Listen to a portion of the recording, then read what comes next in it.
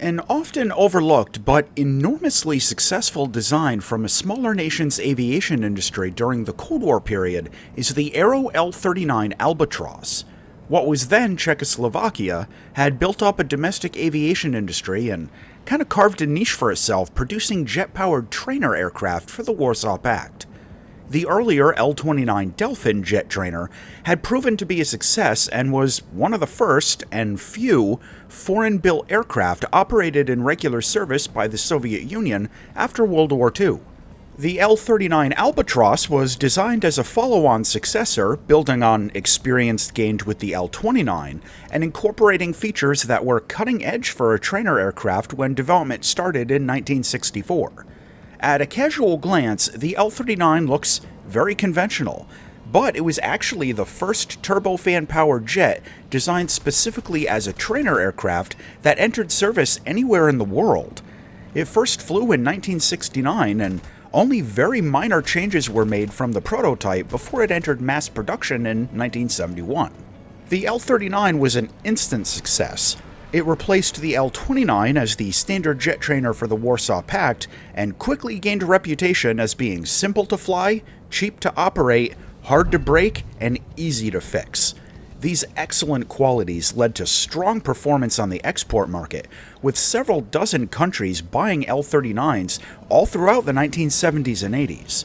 Sales of the base plane tapered off a bit towards the end of the Cold War, and production stopped in the mid-1990s after almost 3,000 had been built. The basic L-39 is still in service and has actually become very popular on the civilian jet market as well, with over 200 of them even flying in the United States by civilian operators, where they've become very frequent performers at air shows. In fact, I've seen L-39s at air shows myself around a dozen times.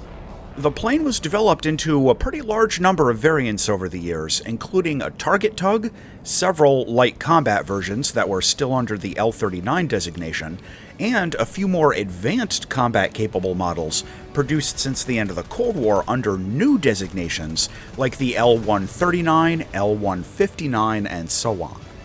What we get in War Thunder is the L-39ZA, a premium strike aircraft in Rank 5 of the Soviet air tree at battle rating 6.7. This jet doesn't get a ballistics computer or any advanced systems. Its primary armament is a GSH-23L cannon mounted under the fuselage with 150 rounds of ammo. You get a pretty typical selection of ammo belts, and at this BR, this is actually a really effective gun. Loadout options include bombs, rocket pods, or gun pods across 4 hardpoints. It's overall a pretty light weapon load, but at least you have good choices.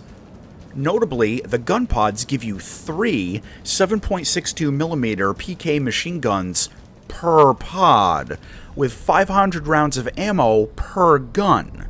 No ammo belts to choose from, but a fairly strong volume of fire, even if the individual hits are super wimpy. The flight performance of the L-39 is broadly similar to World War II jet fighters or very early post-war jets like the MiG-9 or F-84B, but a little crappier than most of them.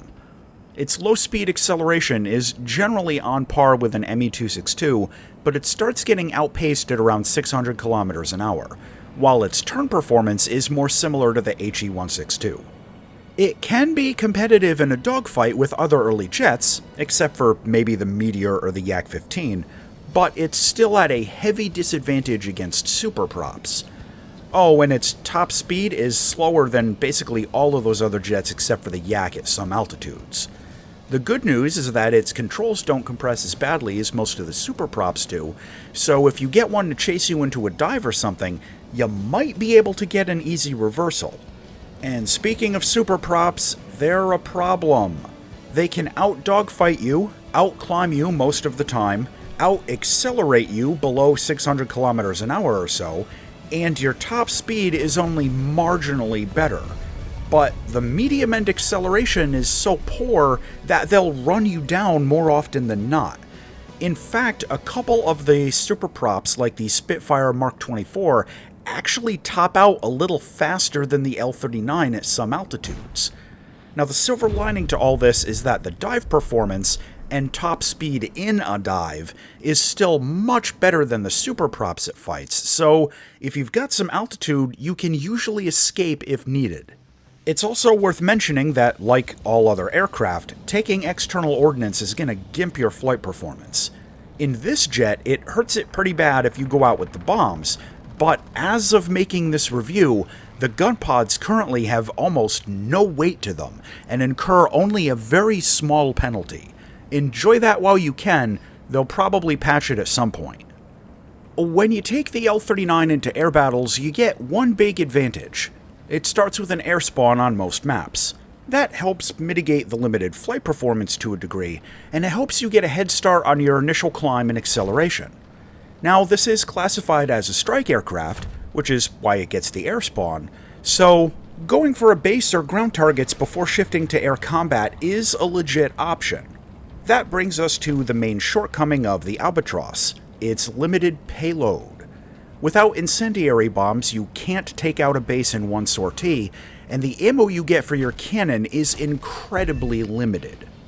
The good news is that the GSH-23L cannon on this thing hits like a monster in air combat, and one burst is usually enough to rip an enemy plane in half if you can hit. But with only 150 rounds, you don't get a lot of trigger time. If you take the gun pods, I strongly suggest making sure that your switch primary weapon keybind is set so that you can use the lower caliber machine guns for spray and pray and only fire the cannon when you're point blank for easy hits. Speaking of which, even with the quantity of guns you're firing, the lower caliber machine guns still hit really soft, so you need a lot of time on target to reliably shoot things down. I found myself getting a lot of assists with the gun pods, so if you're doing a task that needs assists rather than kills, keep this in mind as an option. I had the best luck in air combat using this for super patient positioning tactics, kinda more like a prop that got up-tiered, but that isn't really interesting to watch, so I'm only including a few clips of it in the video. Still, I had trouble getting high-scoring matches with this jet, but it's far from being a struggle bus or anything. For conventional ground attack, the lack of a ballistics computer is a shortcoming. For hitting bases, the load of 4 Fab 250 bombs does the most damage, but for close air support, I prefer either the rocket pods or the OFAB 100 parachute bombs. Visually, the L-39 is a really good-looking jet, and the skins you get for it in-game are excellent. I haven't noticed any big problems on the 3D model or anything, and I really enjoy having this one up on the screen. Landing is unsurprisingly very basic.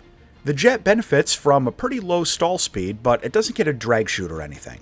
You can throw the gear down at about 320 kilometers an hour and the flaps at about 300.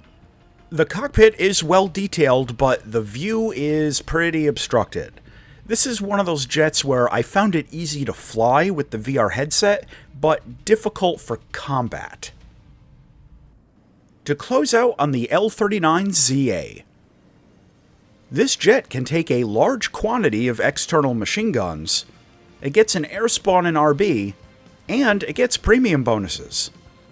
However, the ammo for the main cannon is very limited, the overall weapon load is very light, and it doesn't get a ballistics computer. The final verdict on the L-39ZA is that this jet actually works pretty well for its real-world role, as a trainer. If you're new to jets and get good with this, the skills will directly transfer into success, moving up through rank 5 and even into rank 6 in the regular tech trees. As always, thanks for watching, and if you enjoyed this video, please check out this next one.